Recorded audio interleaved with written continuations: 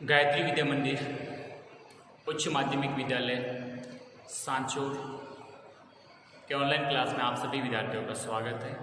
प्रिय विद्यार्थियों नमस्कार। कक्षा 12 राजनीति विज्ञान विषय के अंतर्गत हमारा टॉपिक है धर्म अर्थात रिलीजन, जिसके बारे में हम अध्ययन करेंगे। देखिए, धर्म अपने आप में एक बहुत व्यापक शब्द है। इसको काफ़ी विस्तृत अध्ययन के रूप में देखा जाता है। आज के विज्ञान, इंटरनेट, प्रौद्योगिकी या फिर तर्क प्रधान भौतिकवादी युग में अगर हम धर्म की बात करें तो बहुत बड़ी एक भ्रमित लग सकती है। बोले क्या बात कर रहे हो, धर्म क्या होता है? क्योंकि आज के समय में विज्ञान ने बहुत बड़ी उन्नति कर ली। आज टेक्नोलॉजी इतनी आगे है, इंटरनेट का ज़माना ज़बरदस्त तरीके से आगे बढ़ चुका है कि हम पूरी तरह से डिपेंड होने लगे इंटरनेट पर। और आर्ग्यूमेंट आजकल हर बात में हम आर्ग्यूमेंट करते हैं, ऐसा नहीं हो सकता, क्योंकि अपने आप को ये समझता है कि आर्ग्यूमेंट ज़्यादा करना अपने आप को बहुत ही भौतिकवादी युग में और एक मॉडर्न आइडिया है। अगर उसमें से कोई धर्म की बात करे तो हमें बहुत बड़ा भ्रम लगता है कि कौन से युग की बात कर रहे हो, क्या बात है, धर्म भी कुछ क्या चीज़ होती है। क्योंकि वर्तमान में जिस प्रकार से ग्लोबलाइजेशन, वैश्वीकरण, भूमंडलीकरण बढ़ता जा रहा है, संस्कृति का पूरा एक विश्व के एक जैसे समान हो रहा है सब कुछ, तो ऐसा लगता है कि धर्म भी क्या चीज़ होती है, धर्म का क्या मतलब। ठीक है, अब देखिए इसमें अगर धर्म की बात करें तो इसमें भी कई प्रकार, जैसे कि भाई ये पुनरुत्थानवादी है, परंपरावादी है या प्रतिक्रियावादी है, इस प्रकार का भाई कुछ राज्य को या उसके संबंध में चिन्हित होने का भी खतरा रहता है। तो देखिए, विश्व के अधिकांश देशों में धर्मनिरपेक्षता को अपनी राजनीतिक व्यवस्था में एक नीति के रूप में स्वीकार किया गया। विश्व के जितने भी लोकतांत्रिक देश हैं, आप देखेंगे कि कोई भी देश धर्मपरायण बहुत कम होते हैं। अपने आप को एक अपना राष्ट्रीय धर्म घोषित करने वाले बहुत कम होते हैं। जैसे पाकिस्तान है, पाकिस्तान एक इस्लामिक स्टेट इसको कहलाता है, उसकी पहचान है। लेकिन अगर हमारे भारत की बात करें तो भारत एक रिपब्लिक भारत है, क्योंकि हम एक धर्मनिरपेक्ष हैं। हमारी भारत सरकार का कोई धर्म नहीं है, हम सभी धर्मों से समान दूरी बनाकर चलते हैं। हम धर्मनिरपेक्ष हैं, धर्म सापेक्ष नहीं है बिल्कुल। हमारे लिए हिंदू, मुस्लिम, सिख, ईसाई, जैन, यहूदी जो भी धर्म है सब बराबर है। और भारत सरकार अपने कार्यकलाप में या फिर कार्यक्रम में किसी प्रकार से धर्म का अस्तित्व को स्वीकार ही नहीं करता है। आई बात समझ में? इसलिए आप देखिए कि विश्व के जितने भी अधिकांश देश, विशेषकर जो लोकतांत्रिक हैं, उदारवादी हैं या समाजवादी हैं, जो भी हैं, वो धर्मनिरपेक्ष राजनीतिक व्यवस्था को स्वीकार कर रहे हैं या अपनी राजनीतिक व्यवस्था की विशेषता के रूप में धर्मनिरपेक्षता को स्वीकार करते हैं। क्योंकि आज तक इतिहास ये देखा जाता है कि जो भी धर्म प्रधान देश हैं वो गर्त की तरफ गए हैं। वहाँ पर अराजकता, वहाँ पर हिंसा, वहाँ पर एक सामाजिक स्तर पर बहुत बड़े उथल पुथल दिखाई देता है। इसलिए हमने हमारे संविधान निर्माताओं में आप देखिए कि हमने एक धर्मनिरपेक्ष देश के रूप में, राजनीतिक व्यवस्था के रूप में स्वीकार किया गया है। प्रजातांत्रिक देशों में धर्म को व्यक्तिगत मामला देखा जाता है। जितने भी लोकतांत्रिक देश हैं उसमें सब व्यक्तिगत अपना माना जाता है कि मैं किस धर्म में यकीन करूं, मैं किस भगवान में यकीन करूं, मैं भगवान में यकीन करूं या ना करूं तो मुझे कोई कहने वाला नहीं है, कोई टोकने वाला नहीं है। आपका व्यक्तिगत स्वतंत्रता है, आप चाहो तो मानो, आप चाहो तो मत मानो। आपको राज्य ये नहीं करेगा कि आपको मानना है या न मानना है। आई बात समझ में? या उसे केवल सामाजिक व्यवस्था का एक रूप माना जाता है कि धर्म एक सभी मनुष्य की सामाजिक व्यवस्था का एक अंग है, जिसमें लोग सामाजिक व्यवस्था के अंदर रहते हैं, इसको पालन करते हैं। अस्पष्ट रूप में धर्म का प्रयोग विधिक बाहरी अभिव्यक्तियों और आध्यात्मिक उत्कृष्ट दोनों के लिए होता है। अगर इसको स्पष्ट रूप में करें, सामान्य तौर पे देखा जाए तो धर्म है वो बाह्य और आंतरिक दोनों प्रकार से एक हमारी बाह्य अभिव्यक्ति और आध्यात्मिक उत्कृष्टता दोनों के लिए वो उपयुक्त होता है। वास्तव में आध्यात्मिकता की शुरुआत वहाँ पर होती है वहाँ जहाँ धार्मिकता समाप्त होती है। कहने का मतलब जब धार्मिकता या धर्म का प्रभाव या धर्म के विचार, धर्म के संबंधित जो बातें हैं, अगर वहाँ कम होती तो वही रूप से नवीनतम रूप से आध्यात्मिकता का विकास होता है। इसलिए आप देखिए, स्वामी विवेकानंद कहते थे कि आध्यात्मिकता और बाह्य औपचारिक धर्म में बहुत बड़ा अंतर है। वो कहते हैं कि धर्म मनुष्य में पहले से व्याप्त देवत्व आध्यात्मिकता का विस्तार मात्र है। यानी धर्म है वो मनुष्य में पहले से एक देवत्व और उसकी आध्यात्मिक शक्ति का एक विस्तार मात्र है, वो धर्म है। ठीक है, सभी धर्म गुरुओं और आध्यात्मिक को समझने वाले विद्वान अपने मत और विचार के आधार पर धर्म और आध्यात्मिकता की अपनी अपनी परिभाषा दी है। जो भी धर्म गुरु हैं, जो भी आध्यात्मिकता के बारे में अपनी सूझबूझ रखते हैं, जो भी इसके संबंध में अपनी जो विचार रखते हैं, सब ने अलग अलग अपने अलग तरीके से धर्म की व्याख्या की है। ठीक है, तो धर्म की कुछ सर्वमान्य व्याख्या ने ऊपर सबने अलग अलग विचारकों ने, महान पुरुषों ने अलग अलग व्याख्या की है। जैसे अपन बात करें कन्फ्यूशियस जो चीनी विचारक थे, मोजेस, पाइथागोरस, बुद्ध, माउंट स्वामी, मोहम्मद पैगंबर, Martin Luther, kelvin, Guru Nanak, theosophy या फिर अध्यात्मवाद, सभी ने अलग अलग तरीके से मनुष्य में दिव्यता का संदेश दिया है। ठीक है, तो हम समझ सकते हैं कि अलग अलग महान व्यक्तित्वों ने अलग अलग इस धर्म के बारे में अपने विचार प्रकट किए हैं। ऐतिहासिक रूप में विश्व के विभिन्न भागों में काल, स्थान, संस्कृति के अनुरूप कई धर्मों का उद्भव और विकास हुआ। हम देखते हैं कि विश्व के अलग अलग कोनों में, विश्व के अलग अलग क्षेत्रों में कई धर्मों का उद्भव हुआ, कई धर्मों का विकास हुआ। फिर उन धर्म पर समय, स्थान और सांस्कृतिक और आध्यात्मिक परिस्थितियों का भी धर्म पर परिवर्तन, उसका प्रभाव पड़ा। तो सोच में थोड़ा बहुत परिवर्तन भी आया। अलग अलग धर्मों में अलग अलग परिवर्तन दिखाई भी दिए। बाहरी रूप से सभी धर्मों में मूलतः एकता के बुनियादी तथ्यों और मूल्यों की बात की है। आप देखेंगे कि ऊपरी तौर पे, सामान्य तौर पे जो सामान्य बात होती है सभी धर्मों में, वो मूल रूप से जो बुनियादी तथ्य या मूल्य हैं वो एक ही बात करते हैं। ठीक है, सनातन धर्म और वैदिक धर्म का कोई एक प्रवर्तक नहीं है। हमारे अगर हिंदू धर्म की बात करें, विश्व का सबसे पुराना धर्म जिसको सनातन धर्म के नाम से जाना जाता है, और इस धर्म के ये कहे जाते हैं कि इसका कोई प्रवर्तक, कोई एक पुरुष नहीं है, कोई एक व्यक्ति तो नहीं है कि जिसने सनातन धर्म की शुरुआत की हो। इस सनातन धर्म और वैदिक धर्म में इसके जो प्रवर्तक है, खूब सारे प्रवर्तक हैं। विश्व के अन्य सभी धर्मों के अपने अपने प्रवर्तक, उसी प्रकार से हमारे यहाँ भी खूब सारे अलग अलग प्रवर्तक हैं। वर्तमान समय में अलग अलग धर्मों और मतों को एकता स्थापित करने की चेष्टा की है। हमारे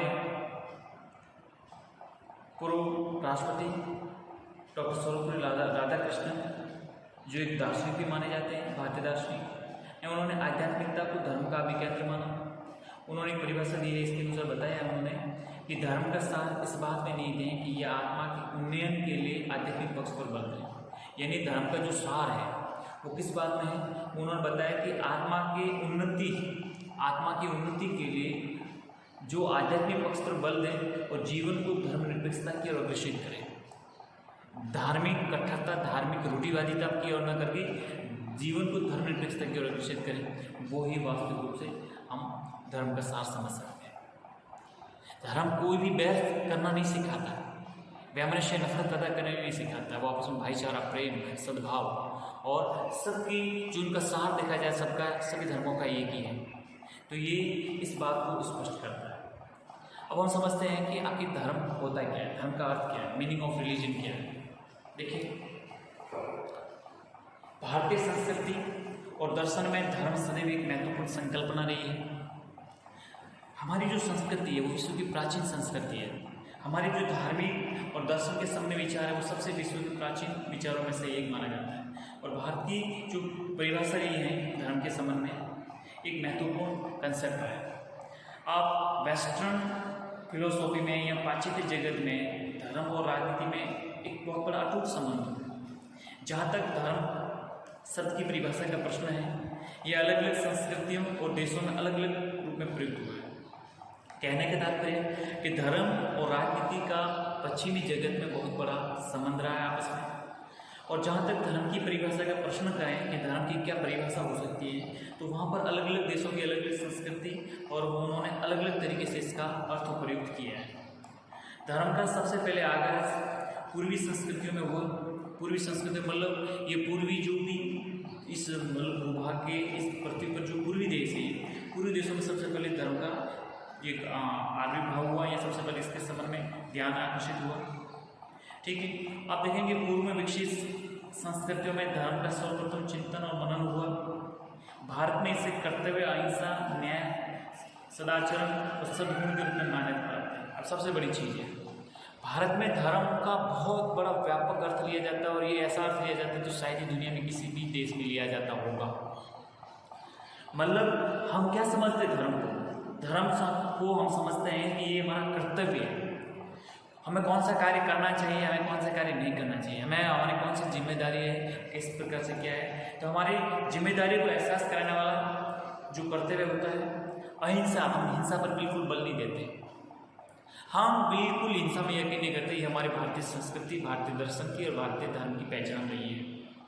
न्याय और सदाचरण, अच्छा आचरण, अच्छा व्यवहार और अच्छे गुणों को ही हमारा धर्म मान्यता प्रदान करता है। सामान्यतः हम धर्म को विश्वास और प्रथाओं की ऐसी प्रणाली के रूप में परिभाषित कर सकते हैं जिसके माध्यम से लोगों का समूह व्याख्या करता है कि उसके लिए क्या पवित्र है और क्या अपवित्र है। आई बात समझ में? एक बात मैं करता हूँ कि हम धर्म को एक हमारी आस्था, एक विश्वास, एक हमारा जो बिलीफ है, वो उन विश्वासों को ऐसे प्रणाली के रूप में हम परिभाषित करते हैं कि जिसके माध्यम से लोगों का समूह, कि इन विश्वास के माध्यम से लोगों का समूह ये व्याख्या करता है कि हमारे लिए क्या अच्छा है, क्या बुरा है, क्या उचित है, क्या अनुचित है, क्या पवित्र है, क्या अपवित्र है। इन सभी बातों को ही व्याख्या करने का मतलब हमारे धर्म से है। वस्तुतः धर्म उन्नति और कल्याण का साधक होता है। जीवन में उन्नति और जीवन का कल्याण, ये हमारा उद्देश्य होता है। तो इसका जो मुख्य साधक है वो कौन है? धर्म है। व्यक्ति का उच्चतम विकास स्व को जानना है। स्व मतलब अपने को जानना, अपने आप को जानना, अपने आप को पहचानना, यही व्यक्ति के जीवन का उच्चतम विकास होता है। मैं आध्यात्मिक दृष्टिकोण से बात कर रहा हूँ, थोड़ा सा आपको पूरी तरह से ध्यान केंद्रित करके समझना होगा, क्योंकि ये दर्शन की बात है, ये धर्म की बात है, ये कोई अन्य कंसेप्ट की बात नहीं है जो सामान्य तौर पर अपन समझ सकें। ये थोड़ी सी फिलोसफी वाली बात है, तो थोड़ा व्यवस्थित आप पूरी तरह से केंद्रित होकर समझें। क्या कहता है कि व्यक्ति का उच्चतम यानी सबसे उच्चतम या जिसकी से ऊपर कोई उसकी विकास की सीढ़ी नहीं होती, तो जीवन का सबसे उच्चतम विकास क्या हुआ है धर्म के अनुसार? अपने आप को पहचानो, अपने स्व को पहचानो। जब वह स्व को जान लेता है तभी परमात्मा में जुड़ता है। आई बात समझ में? अपने आप को पहचान लेता है, अपने आत्मा को जानता है, तो व्यक्ति फिर परमात्मा में, दूसरों के कल्याण में, दूसरों की खुशी में, अपनी खुशी, सब कुछ इस प्रकार से पवित्र कार्यों में जुट जाता है। ये है हमारे अनुसार धर्म को, ये धर्म का अर्थ। अंग्रेजी में हम धर्म का समानांतर शब्द रिलीजन समझते हैं। अगर धर्म को अंग्रेजी में अनुवाद करें तो रिलीजन कहते हैं। अब जिसका अर्थ होता है कि आस्था, विश्वास या अपनी कोई निजी मान्यता जिसको लेकर हम चलते हैं। लेकिन अंग्रेजी का शब्द रिलीजन सही अर्थों में धर्म को स्पष्ट करता ही नहीं है। अंग्रेजी का जो रिलीजन शब्द है ये धर्म को स्पष्ट रूप से व्याख्या नहीं करता है। भले ही वो उसको हम हिंदी रूपांतर में धर्म कहें, लेकिन वास्तव रूप से हम जिस धर्म को हम हिंदुस्तानी समझते हैं वो तो रिलीजन शब्द है ही नहीं। अर्थात रिलीजन क्या कहता है कि आस्था, विश्वास, मान्यता लेके चलता है। इसलिए हम समझते हैं कि ये जो अंग्रेजी शब्द है ये धर्म की स्पष्ट व्याख्या नहीं करता है, एकांगी दृष्टिकोण से समझने वाली बात करता है। वस्तुतः धर्म किसी पूजा पद्धति, कर्मकांड, उपासना विधि या संकीर्ण अर्थों में तिलक, चोटी, दाढ़ी, टोपी या गंडा, ताबीज धारण करने का नाम नहीं है। कुछ लोग कहते हैं जो धार्मिक आदमियां पक्ष से जुड़े लोग होते हैं, तो वो कहते हैं कि नहीं भाई ये तो पूजा पद्धति का नाम, कोई किसी प्रकार की पूजा पाठ करानी हो, यज्ञ करना हो, हवन करना हो, तो उसको हम धर्म कर लेते हैं। या फिर कोई कर्मकांड करवाना हो, कोई उपासना विधि करना हो, या फिर जो तिलक लगा के, चोटी बढ़ा के, दाढ़ी टोपी बढ़ा के, दाढ़ी बढ़ा के ऊपर से टोपी पहन ले, या फिर दुनिया भर के ताबीज और ये रुद्राक्ष धारण करके बोले हम तो धार्मिक व्यक्ति है। ये नहीं है हमारा धर्म। हिंदुस्तान का ये धर्म, ये इस प्रकार की, ये कहने का तात्पर्य ये धर्म का कोई वास्तविकता थोड़ी है, ये धर्म का कोई काम करने का काम थोड़ी है। ये एक प्रकार का एक अन्य तौर पे, एक सांकेतिक तौर पे सब कुछ अपना अपना एक सब धर्म का एक सांकेतिक रूप से जो तरीका होता है काम करने का, यहाँ पे एक जो आडंबर होता है, या कह सकते हैं कि जो रूप दिखाने का होता है वो होता है, इसको हम धर्म नहीं कहते। भगवान कृष्ण ने गीता में कहा है कि प्रत्येक मानव देहधारी को प्रकृति प्रदत्त उपहार स्वरूप विवेक प्राप्त हुआ है। कहने का मतलब भगवान कृष्ण कहते हैं कि प्रत्येक मानव को, हम सभी इंसान को जो शरीरधारी हैं, इनको प्रकृति से प्रदत्त एक बहुत बड़ा गिफ्ट, एक उपहार जो प्राप्त हुआ है वो क्या हुआ है? विवेक। क्या हुआ है? विवेक अर्थात बुद्धि। और यही विवेक मनुष्य को सर्वश्रेष्ठ जानने और सर्वश्रेष्ठ करने के लिए उद्यत बनाता है। मतलब हम में जो विवेक है वो दुनिया के किसी भी प्राणी में नहीं है। मनुष्य में भगवान एक विशेष शक्ति दी है, वो विवेक, जिससे उसमें समझने, सोचने, समझने की शक्ति विद्यमान है। इसलिए ये विवेक क्यों दिया है? विवेक इसलिए दिया है कि मनुष्य को अपने आप को जाने, अपने आप को सर्वश्रेष्ठ जाने तथा कुछ जीवन में सर्वश्रेष्ठ करने के लिए वो अग्रसर हुए। ये केवल विवेक से ही संभव है, वरना तो आत्मा तो हर जीव जंतु में पाई जाती है, समझे आप? उनमें विवेक पशुओं में थोड़ी होता है, पक्षियों में थोड़ी विवेक होता है। विवेक मनुष्य के अलावा किसी में नहीं है। तो ये कहते हैं कि भगवान ने, प्रकृति ने जो हमें विवेक प्रदान किया है, इसका अर्थ ये मनुष्य अपने आप को सर्वश्रेष्ठ तरीके से जाने और सर्वश्रेष्ठ प्राप्त करने के लिए उसकी अग्रसर हो। यही मनुष्य का धर्म अर्थात मनुष्य का स्वधर्म है। केवल हमको खाना पीना सोना जीवन यापन करना, अरे जैसा जीवन यापन तो पशु भी करता है। हमारे अंदर विवेक है और इस विवेक को उच्चतम शिखर तक, उच्चतम जिसकी कोई सीमा नहीं हो, अनंत सीमा, इस ब्रह्मांड में ज्ञान प्राप्त करना, अपने आप को पहचानना, अपने आप का कल्याण करना, वो है हमारा धर्म। उसके लिए हम मनुष्य के रूप में यहाँ पर पैदा हुए, वो हमारा मकसद है। इसलिए मनुष्य को परमार्थ के कल्याण के लिए सदैव उद्युत रहना, इससे अर्थों में धर्म का अनुसरण करना है। परम शक्ति, परम तत्व, आत्मा का कल्याण, इसकी ओर अग्रसर होना ही मनुष्य का सही अर्थों में धर्म का अनुसरण माना जाता है। वास्तव में प्रत्येक मनुष्य का अपना एक सुनिश्चित कर्म और कर्तव्य निर्धारित होता है, जिससे उसने कर्म के आधार पर पाया है अथवा निर्धारित किया है।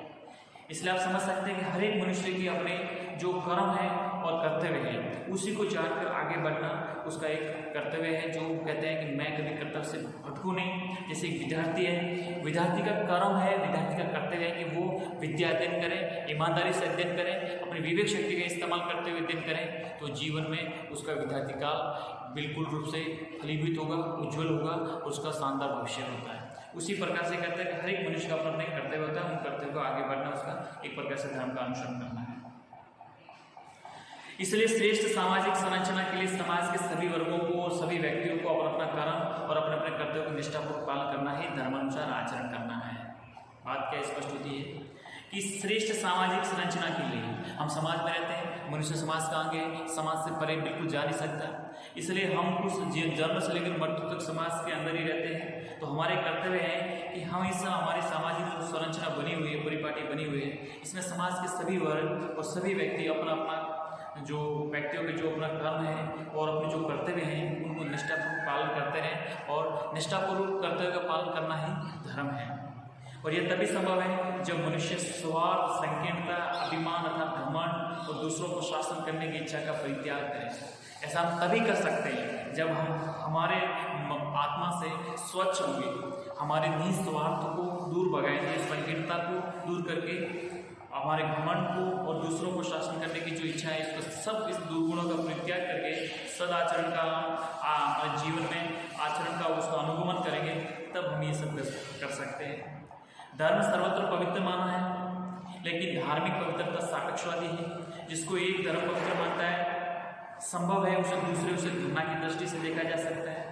कहने का तात्पर्य, धर्म तो सभी जगह पवित्र माना गया है, लेकिन कुछ धर्म की जो पवित्रता है उसको सापेक्षवादी तरीके से देखा गया है, जिसमें एक धर्म उसको पवित्र मानता है, दूसरा उसको घृणा की दृष्टि से देखता है। वास्तव में मनुष्य ये निर्धारित करते हैं कि उनके लिए क्या पवित्र है, क्या अपवित्र है, क्या सही है, क्या गलत है, क्या उचित है, क्या अनुचित है।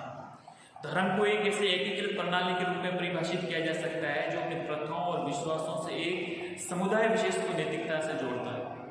समाजशास्त्री दृष्टिकोण से धर्म हर समाज में विद्यमान होता है। सामाजिक धर्म का मुख्य कारण सभी मानवीय गतिविधियों को एक सूत्र में बांधने का आधार प्रदान करता है। अतः एक समुदाय विशेष के धर्म को उसके राजनीतिक, सामाजिक, मनोवैज्ञानिक जीवन से पृथक करना अत्यंत कठिन होता है। कहने वाला धर्म मनुष्य में व्याप्त होता है। इसको हम कहें कि नहीं, इसकी राजनीतिक, सामाजिक या मनोवैज्ञानिक दृष्टि को अलग करें, तो ऐसा कदापि संभव नहीं हो पाता है। इसलिए हमें समझना चाहिए कि धर्म एक बहुत व्यापक, विस्तृत और एक बहुत बड़े दायरे में सीमा होता है। अपने कर्तव्य को पालन करें, सद्गुणों का आचरण करते हुए और अपने परम तत्वों का कल्याण करने के लिए हुई आगे बढ़ने की ओर प्रेरित करता है। तो ये हमने इस धर्म का असमझा जो प्राय एक अंग्रेजी की जो रिलीजियस शब्द है इससे भी बढ़कर बहुत कुछ व्यापक इसके बारे में अपना दृष्टिकोण रखा।